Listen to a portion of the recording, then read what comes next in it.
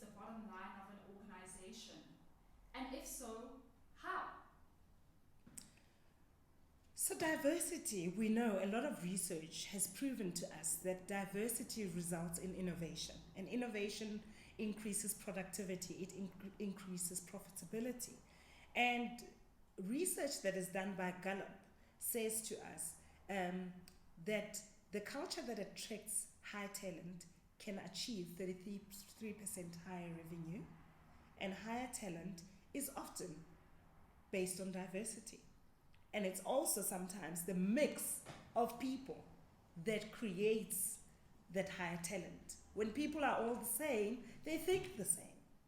So the more diverse your workforce is, the better the outputs can be, the better the problem solving, the troubleshooting, and that on its own, we're told, leads to 33% higher revenue.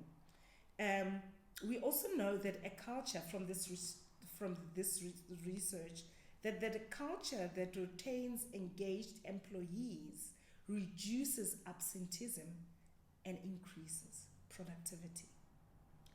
Research tells us that. We also know that a culture of highly engaged employees sees a 10% increase in customer satisfaction.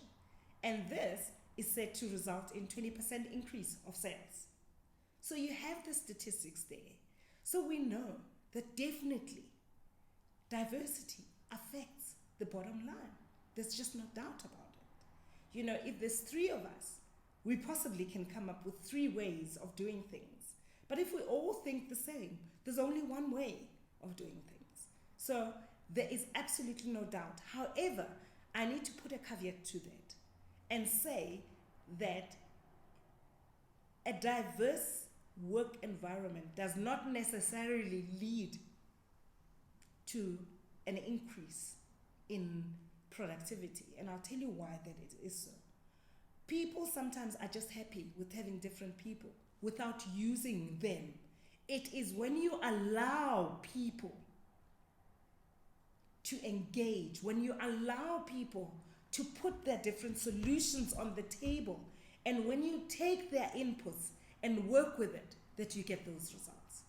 If the environment doesn't allow, if I'm employed just because I'm black and I make them look good because I'm a token or I'm window dressing, you're not going to get the results. People need to feel allowed. They need to feel that their diversity works for that environment, that it's of use. Often leaders will say, we want to reach this target market, so let's bring in somebody who looks like them.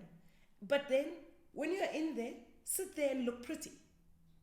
Don't make any input.